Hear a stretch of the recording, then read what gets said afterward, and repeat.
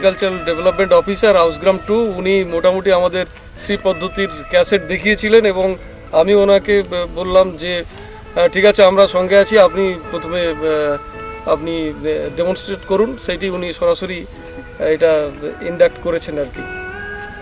তো আমরা system of rice ইন্টেন্সিফিকেশন, যেটাকে সিরি পদ্ধতি বলছি, তো সেই সিরি পদ্ধতিটা চালু করতে চাইছি। তার কারণ হচ্ছে আমাদের দেখা গেছে যে বিশেষ করে আমাদের হাউসগ্রাম 2 নম্বর ব্লকে, যেখানে উঁচু জমি, উঁচু মাঝারি এবং মাঝারি জমির সংখ্যাই বেশি, এবং আমাদের একটা সেচের জলের একটা বড় সমস্যা, এখানে চাষবাসের একটা মেন অন্তরায়।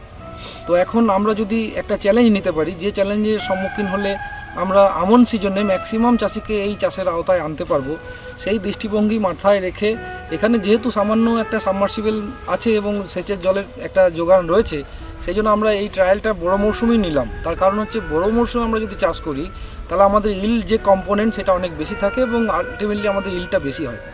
এখন শ্রী সিস্টেম অফ রাইস ইন্টেন্সিফিকেশন যে পদ্ধতিটা ধান চাষের, এটা একটা সম্পূর্ণ নতুন পদ্ধতি। এখানে যেটা মেন সুবিধা হলো সেটা হচ্ছে যে প্রথাগত ব্যাপারে যদি আমরা চাষ করতে যাই, সেখানে আমাদের 1 একরে বীজ লাগছে 25 কেজি।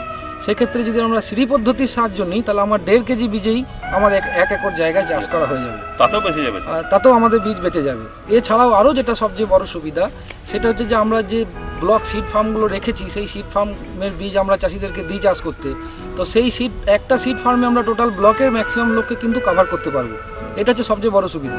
দ্বিতীয় সুবিধা হচ্ছে আমার সেচের জলে এমনি প্রথাগত পদ্ধতিতে আমাকে যেহেতু 1 ইঞ্চি করে জল রাখতে হয় সবসময় দাঁড় করিয়ে, এখানে পরিষ্কার দেখা যাচ্ছে যে কোনো জলের দরকারই লাগছে না, মানে যতটুকু জাস্ট ভিজিয়ে রাখলে হয় সেইটুকুই জল লাগছে। তার মানে 60% জল আমার লাগছে না। আজকালকার দিনে জলটা হচ্ছে সবচেয়ে একটা বড় সম্পদ। তার কারণ হচ্ছে আমরা দেখেছি আমাদের যে ভূগর্ভস্থ জল, সেটাকে ব্যবহার করে করে আমরা বিভিন্ন ধরনের দূষণের সম্মুখীন হচ্ছি। কখনো লেড জনিত সমস্যা, কখনো আর্সেনিকের সমস্যা, কখনো ফ্লোরাইডের সমস্যা। তো সেইগুলো কিন্তু খুব সহজেই এড়ানো যাবে। দ্বিতীয় কথা হচ্ছে যে সেচের জলের যে সুষ্ঠু ব্যবস্থাপনা, সেটা কিন্তু আমরা করতে পারছি।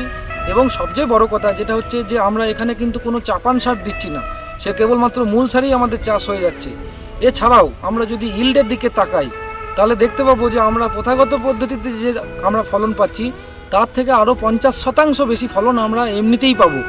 আমরা দেখেছি যে প্রথাগত পদ্ধতিতে আমাদের যেখানে 13 থেকে 14 কাঠি মানে শীষ আসে, সেখানে আমাদের শ্রী পদ্ধতিতে মিনিমাম 30 কাঠি তো আসবেই এবং 100 কাঠি পর্যন্তও আসতে পারে। ন্যাচারালি এখান থেকেই অনুমান করা যায় যে কত ফলন আমরা বেশি পাবো।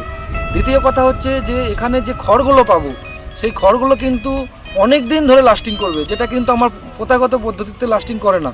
এছাড়া আরও রোগ পোকা অন্যান্য খরচ অনেক কম হয়। এবং আমরা সবচেয়ে বড় কথা যে আমরা যদি আমন সিজনে বা খারিফ সিজনে বা প্রি খারিফ সিজনে ডাঙা জমিতে যদি যে ডাঙাগুলো জীবনে কোনোদিন চাষ হয় না, সেগুলোকেও কিন্তু আমরা এই চাষের আওতায় আনতে পারবো।